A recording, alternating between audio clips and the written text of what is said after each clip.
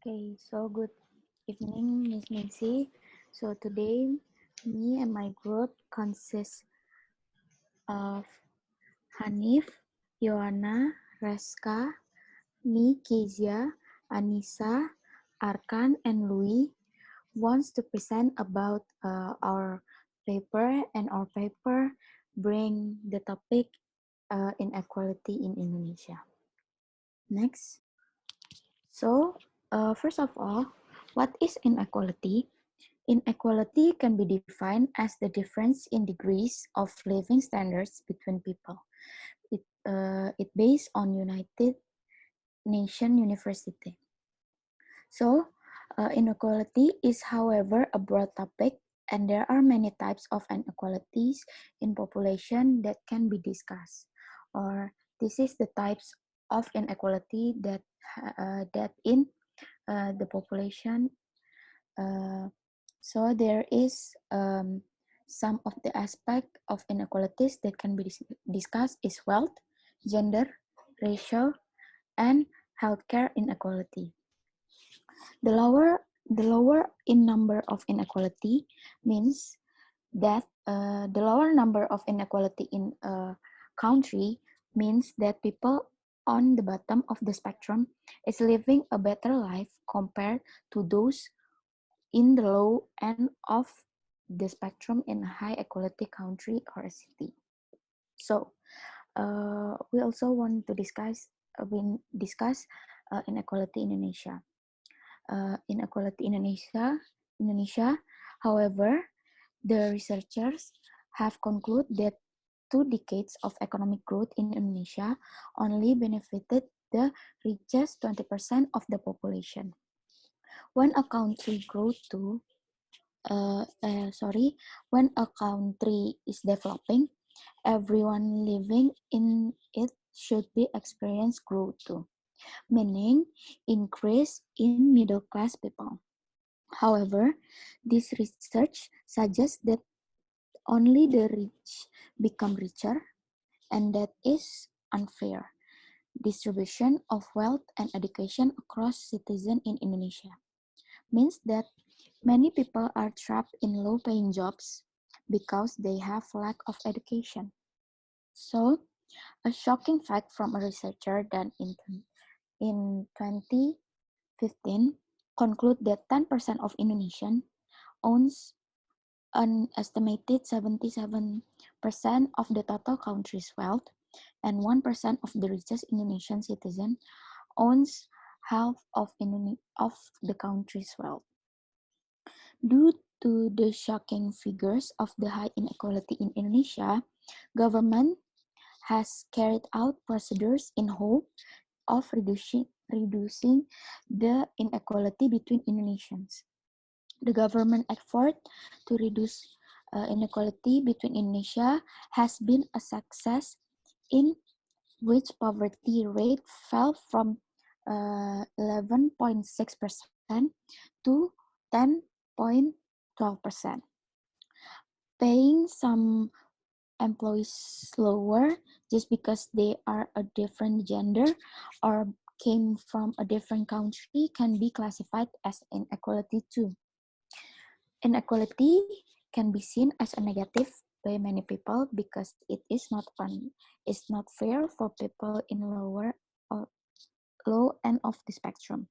Analysis should be carried out on the level of concern put it in place of the government towards inequality in Indonesia, based on their opinions and action to find the best mutual benefit for everyone living in Indonesia.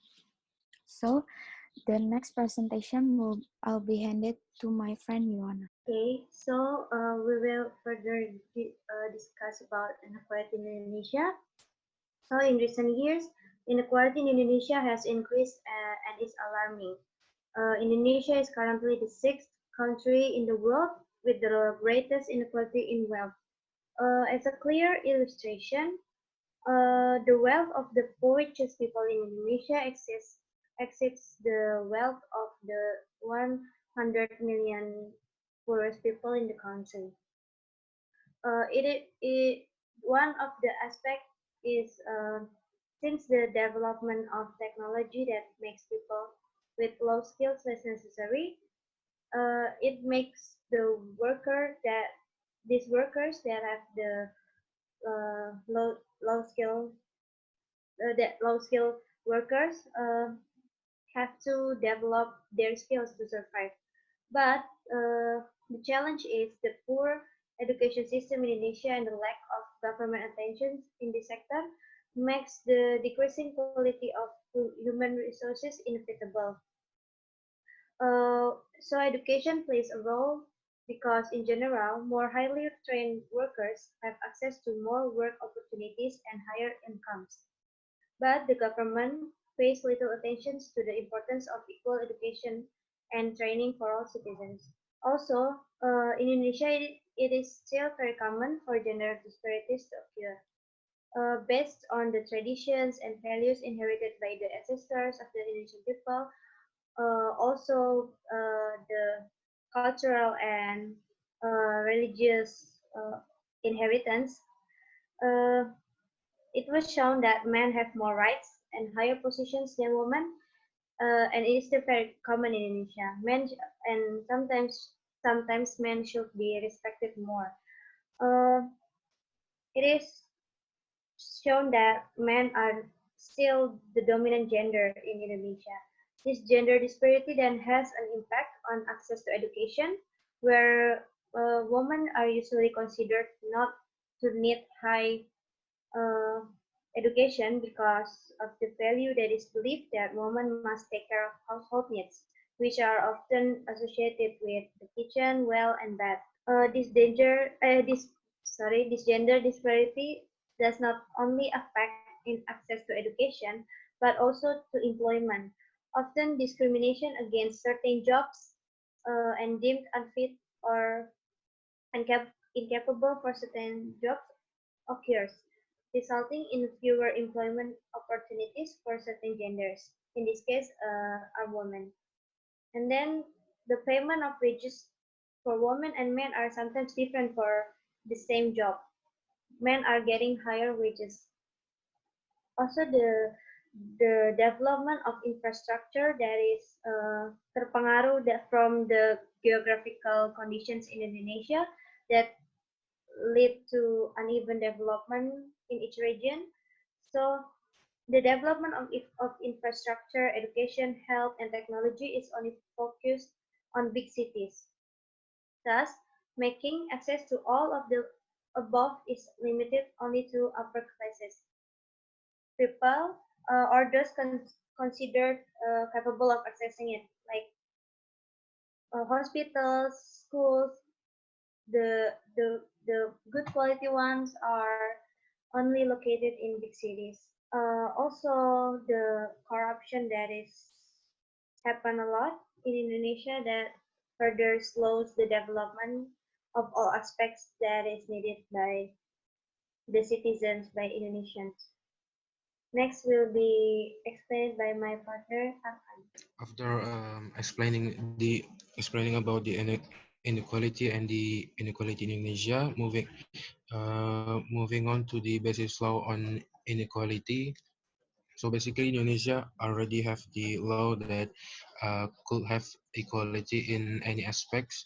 Um, for example, like from the Undang-Undang Nomor 39 Tahun 99 Ayat 1, which say that human rights are a set of rights that inherent in Indonesian nature and existence of human beings as creator of God Almighty and are monetarily respected, upheld, and protected by the state, law, government, and all human beings.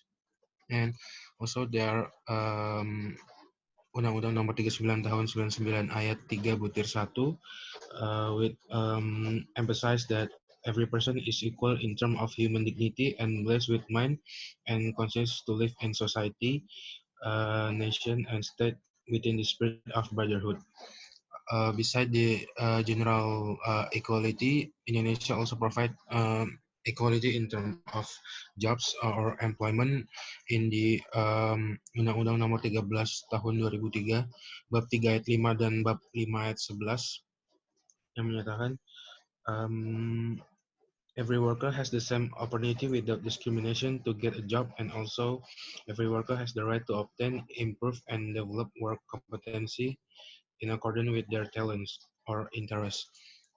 Besides job, Indonesia also provide in terms of education, which every citizen has the right of education, and every citizen must receive basic education, and the government must pay for the education.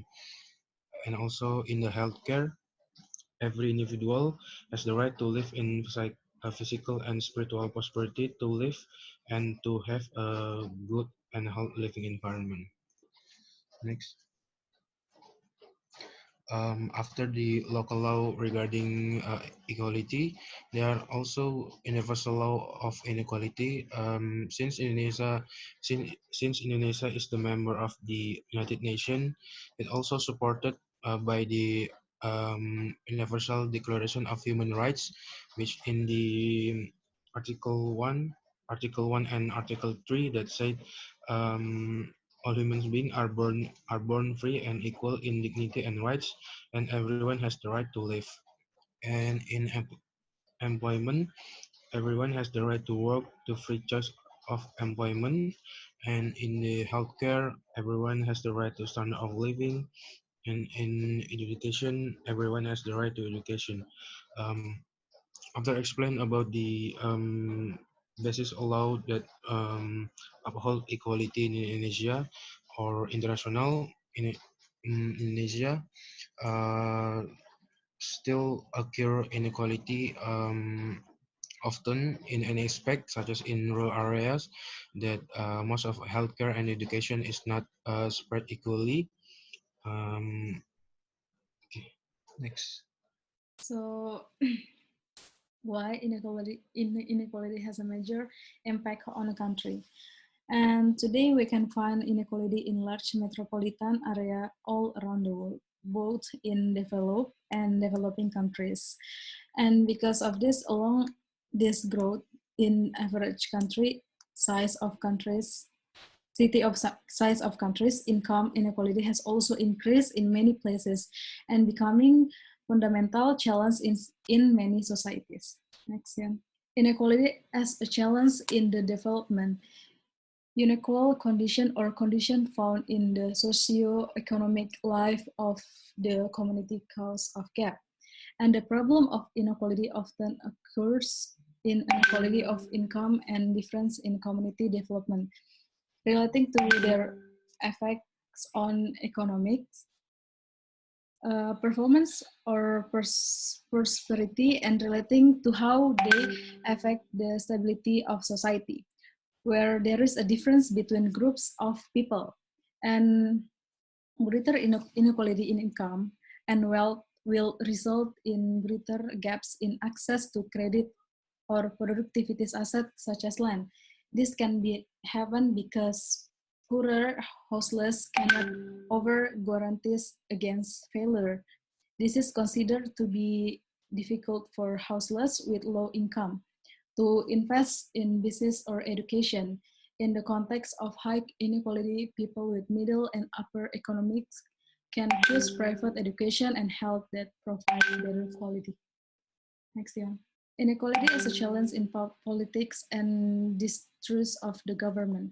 Economic, this has become a key issue accompanying global economic change. Economic disparity is not just a global issue, it's happening in country to country relation. And economic inequality is certainly not issue for in Indonesia because especially after the economic crisis of the late 1990 and reforms. People who have power tend to capture the political process, especially in high inequality, and continues to grow without strict checks and balance to prevent it.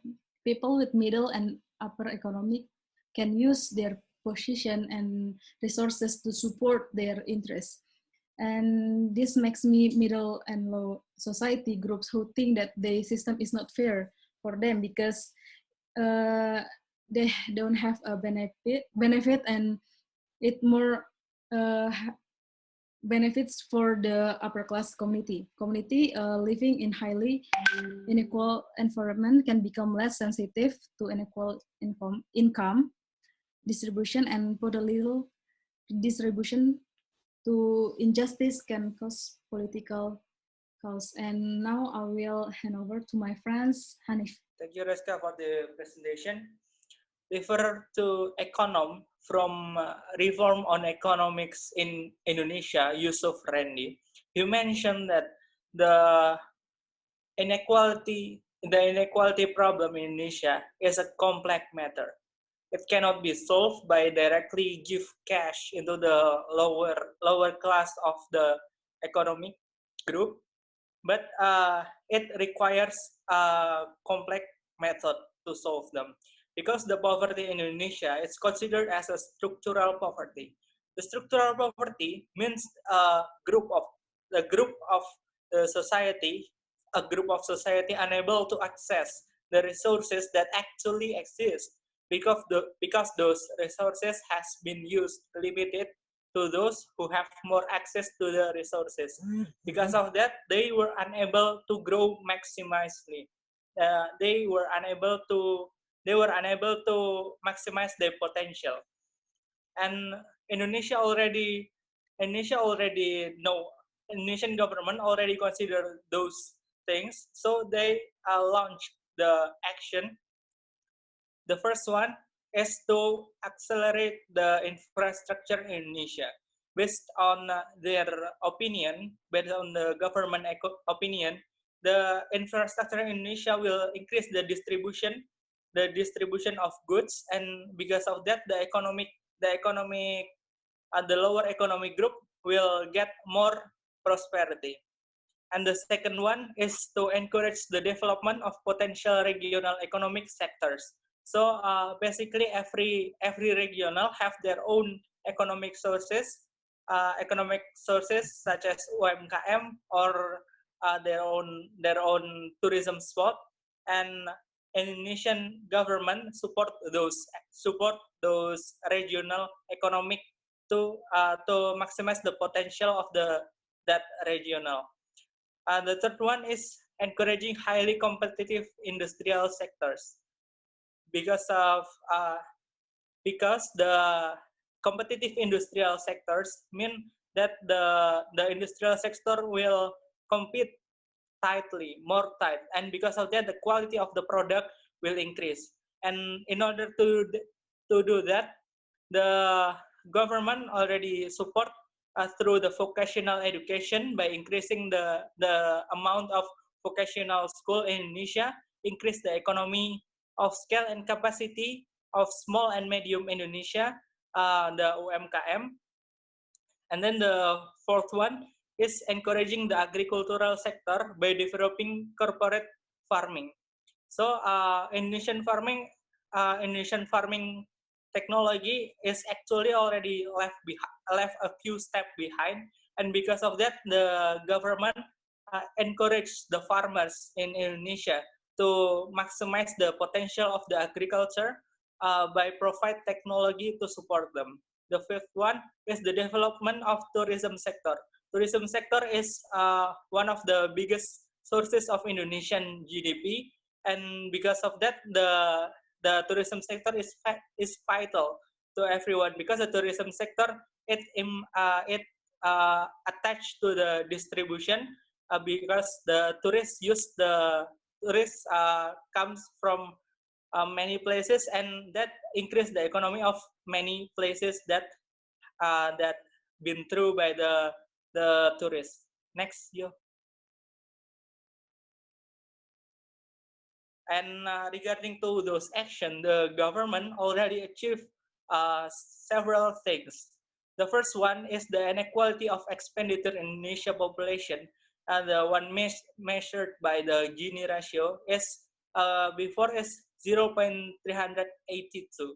This figure is lower compared to September 2018. The Gini ratio is 0.384. The March 2018, the Gini ratio has reached 0.389.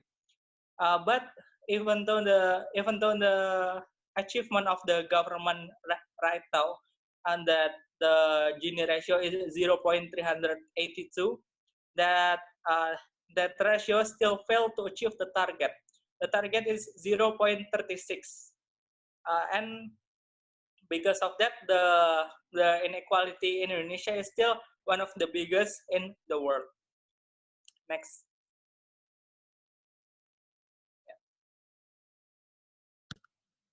Thank you, Hanif. As explained before, there are still a lot of inequalities happening in our country. Next.